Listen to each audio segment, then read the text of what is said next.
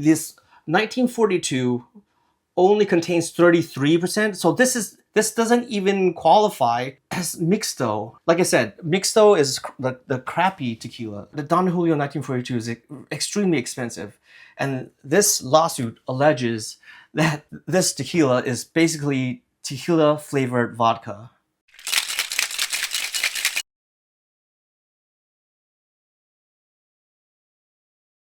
What's up guys, this is Alan again, back with another video. And today I want to talk about this article I just read. So this is about two tequila brands, and this is something that we've been talking about in the bartending industry, about real versus fake tequila, because the world of tequila has exploded so much that unfortunately, especially in the US,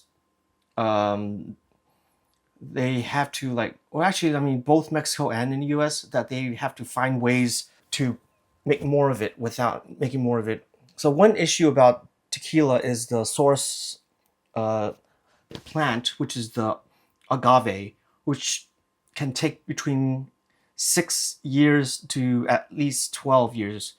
And it's not like a grain or a grape where you get seasons every year. So imagine you have to wait to pass this agave to the next generation of distillers to make. So a lot of these companies, they find ways to get around this, either by using like glucose syrup or using sulfuric acid to extract more sugars out of the agave plant.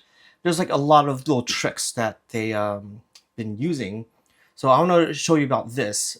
This is the case against Casamigos and Don Julio. Might be worse than you thought. So yeah, let's go take a look at this article. So here it is, the case. So this article is from Mezcalistas. So this is not like some generic New York Times article that written by somebody who doesn't know much about agave. So this is a familiar source, a source that is familiar with this whole drama. And like I said, bartenders are also familiar with this, but this is the actual like court documents that are involved in this. Before we continue, there's a disclaimer. I'm not a lawyer. I don't study law. I'm just reading this article and how this pertains to bartending, because we bartenders, we have our own opinions on this, and it's pretty congruent to what is going on here. So let's see what is actually happened in the legal side, okay? Okay, so this was written, I know I've been behind on my videos, like I tended to do as well, but this is from July 8th. On July 4th, Diageo was slapped with another class action lawsuit alleging that Casamigos and Don Julio are not really tequila. We already had rumors about this just because, just by taste, it has this, and I don't want to get sued by them, but this is just an opinion, not a fact, but it's been going around in especially when blind tasting, like there's this like artificial there's a lot of tequila brands that are considered premium, but there's something artificial about it, like some kind of vanilla flavoring added to it. And whenever you see something that says 100% tequila or 100% blue agave, that's actually not the case. It's actually like 99.5%, 99.5% that's rounded up. So there's actually a 0.5% that it does not, that can be a little bit of error. And a lot of companies, they take advantage of that 0.5% and they could add flavorants to it, but we can't tell. So this is why, this is on our side. This is the bartending side. This is like blind tasting tequilas, like just like I myself taste a lot of tequila, so I can tell there's something weird. It's not just me, like a lot of my friends who work in places that sell tequila or work with tequila, they also have this opinion of it, but we never had proof. So this is where it goes. The plaintiff accuses the parent company Diageo of engaging in fraudulent scheming and racketeering. The complaint alleges that Diageo is the company that owns like tons of brands, including like Michelin single malt whiskeys, and I mean they're huge. I think they are the biggest. They own like so many companies.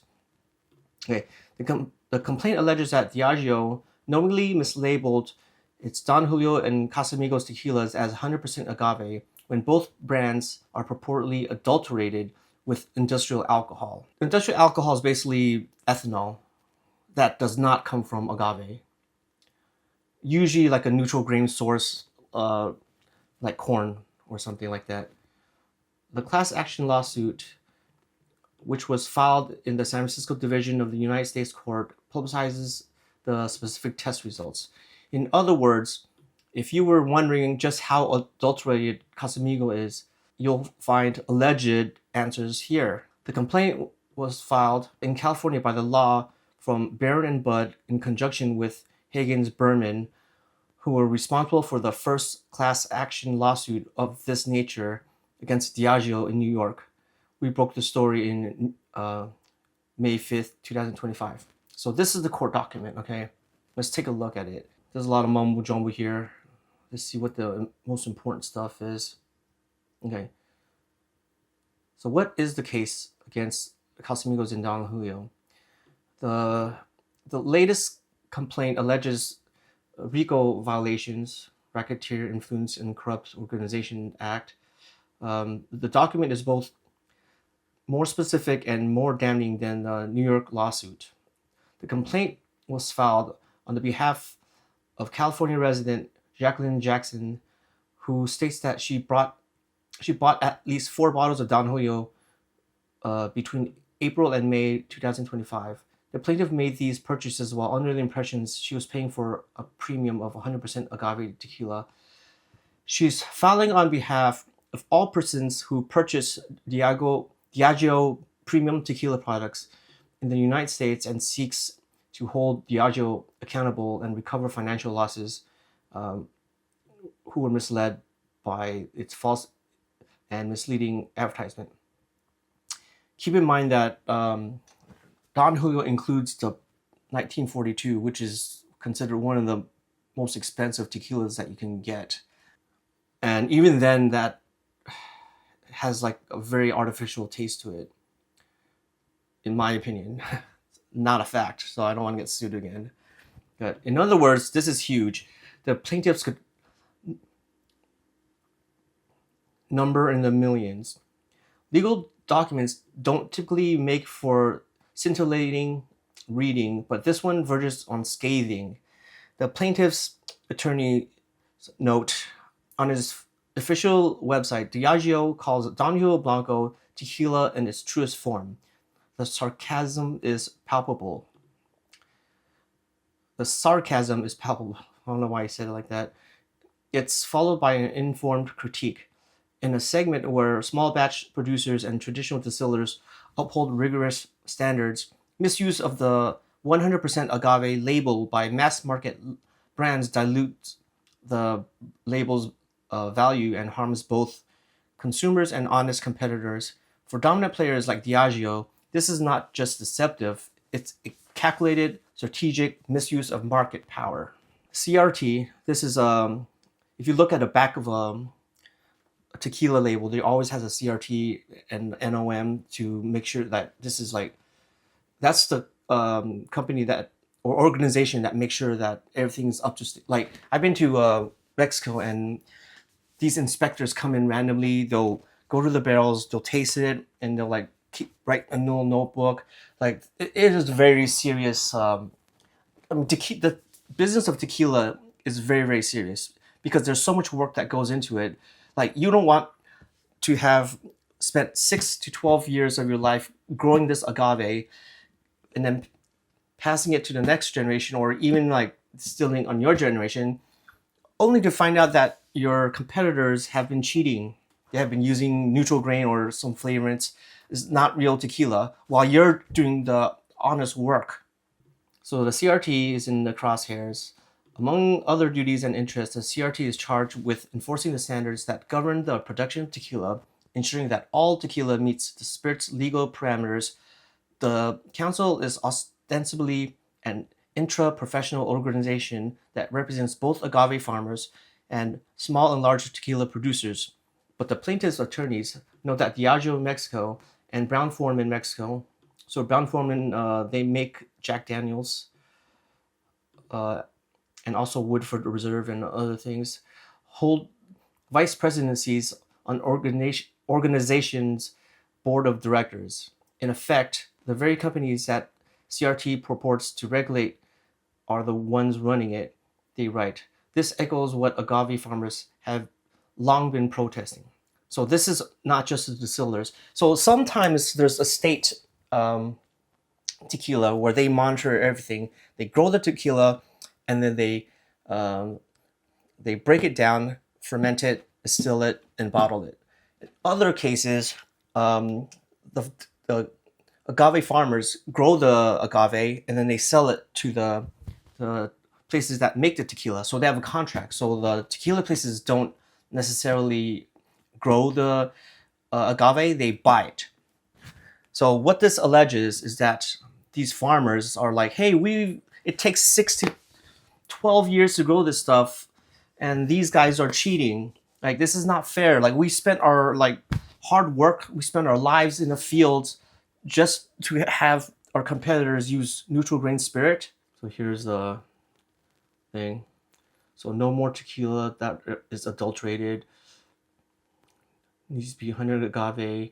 Adulterated tequila enterprise. In addition to accusations against Diageo, the complaint outlines what attorneys are calling the adulterated tequila enterprise, which they define as an association in fact enterprise composed of Diageo Mixto, the CRT, and other individuals and entities involving producing, verifying, bottling, labeling, certifying, marketing, advertising and selling Diageo premium tequila products. So they're assuming that there's some kind of conspiracy that they're working. I mean, they might be working with the CRT. Like I said, they show up randomly. So are they getting bribed? Like, what's the heck is going on there? They are not supposed to have any. They're supposed to be in neutral grounds. They have not supposed to favor any tequila brands. Their only job is to make sure that everything is done right. At this point, the case moves into potentially swampy territory. Per the document, this association in fact enterprise was formed for the common purpose of illegally profiting from the sale of Diageo premium tequila products that were falsely labeled as 100% agave tequila. It also states, notably, the CRT was formed in 1994 and the adulterated tequila enterprise has continued for at least that long. That the CRT has been complicit in hoodwinking the public into buying adulterated tequila since 1994 seems difficult to prove. However, no one can accuse these lawyers of being weak-kneed, and this is just one point attacked onto the stronger allegations that Diageo has engaged in mail fraud, wire fraud, and false advertising. The complaint is explicit. Diageo knew that the Diageo premium tequila products were adulterated with non-agave alcohol and should not have been certified, labeled, marketed, and or advertised as 100% agave. So maybe, I haven't seen anything updated this, so maybe there's some emails that show that they know what they were doing this whole time, that this is completely intentional. The attorneys claim to have hard evidence of current corruption, including carbon isotope ratio analysis proving that Casamigos and Don Julio products contain substantial quantities of alcohol that is not actually tequila. So this is I don't know how to explain this, but it shows that there's other things in this in their tequila that does not usually exist when you do chemical analysis of agave distillates. So there's some kind of adulterations, which like the CRT should have caught this. That's what they're saying. Also, the fact that if this is true, that means not only did these tequilas have these chemicals in them that should not have been there, the CRT actually should have caught this and they didn't. They go as far as to divulge an approximate breakdown in the alcohol content of both Casamigos and Don Julio products. So in Mexico, it's supposed to be 35%. 35% alcohol minimum. In the United States, the minimum alcohol for tequila is 40%. How much tequila do Casamigos and Don Julio actually contain? We've been hearing rumors of adulterated tequila mislabeled as 100% agave since we've been following this story in 2024.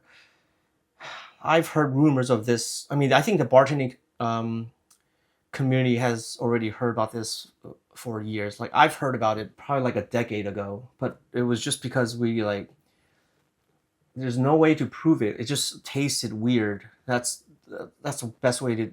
It's kind of like if you smell and taste wine, and sometimes you taste like. And this has happened in the wine industry as well, where they would add like adulterants or they would mix something and they would pour something into a bottle and then reseal it and sell it as something else. So this isn't unique to just tequila, but the CRT is supposed to be so strict on this. But yeah, like I've heard rumors about this long time ago, like way before this article showed up. And what happened with this article, it almost solidified what us bartenders have suspected this whole time. In January, we wrote about the agave farmers who were protesting alleged corruption in the tequila industry. The agaveros accused the CRT of being in league with big tequila to drive down agave prices, along with complaints of illegal monopolistic practices. They alleged that large tequila companies were adulterating tequila with cheaper alcohol and selling it as 100% agave. So this is very interesting because last time I was in Mexico, they a lot of the tequila brands they were very proud that they could always pass these random inspections from these CRT inspectors. So if this is true, that means the small guys are following the rules and the big guys are not following the rules. And they're saying that these large tequila companies are getting greedy.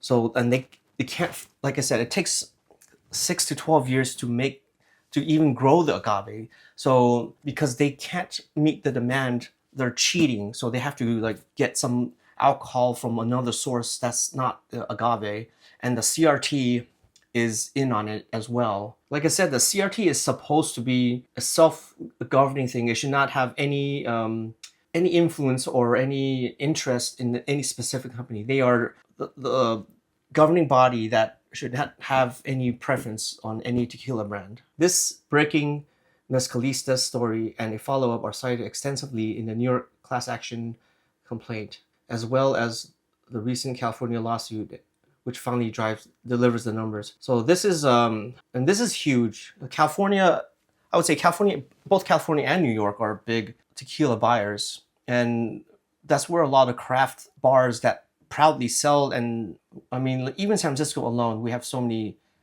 tequila bars, and there's this one. I'm not gonna say anything, but even they dropped both of these long before this lawsuit. Like they were already suspecting something. They're like, we don't feel confident of selling this product because there's something like it doesn't taste like 100% agave. There's something weird. Like it doesn't taste real. So they stopped selling. I know a lot of places refuse to. Like I've been working in a lot of bars that like we refuse to have Casamigos just because we know. I won't say we know, but we just suspect that something shady was happening. According to the document, tests revealed Casamigos Blanco to contain approximately 33% agave-derived alcohol. The Reposado alleged 42%. Meanwhile, Don Julio Blanco is purportedly 42% agave, where their 1942 is 33% agave. Like I said, 1942 is extremely expensive, and it only contains 33% agave. Like that is some damning numbers. The Don Julio 1942 is extremely expensive, and this lawsuit alleges that this tequila is basically tequila flavored vodka. Okay, these findings directly contradict the prominent 100% agave on Diageo's premium tequila products and confirm that Diageo's representations are materially false and misleading. What's the difference between mixto and cold mixing? So this is what mixto is. It is important to note that quantities of agave-derived alcohol fall short of the legal definition for any kind of tequila. To legally be labeled as tequila, the spirit must be made in specific parts of Mexico. There's 5 states in Mexico. The main one is Jalisco, which makes like 99%. uh, of tequila, and there's two. I mean, last time I checked, every tequila brand, every tequila distillery, with the exception of two, is actually in Jalisco, and it must contain a minimum quantity of alcohol derived from the blue agave in these regions. So there's two categories. There's 100% agave tequila and tequila. One must, no surprise, be made from alcohol that's 100% agave sugar. The other must contain 51% of alcohol-derived agave sugar, which is mixto. So mixto, based, of course, it means mixed. So basically, it's 51% agave sugar plus some kind of other sugar source, usually some kind of cane-derived sugar. So even if a mixto has more agave than in it than the allegedly mislabeled Casamigos and Don Julio, exactly, we were looking at what, 30%? So even the crappy tequilas have a stricter needs 51% agave sugar, and this 1942 only contains 33%. So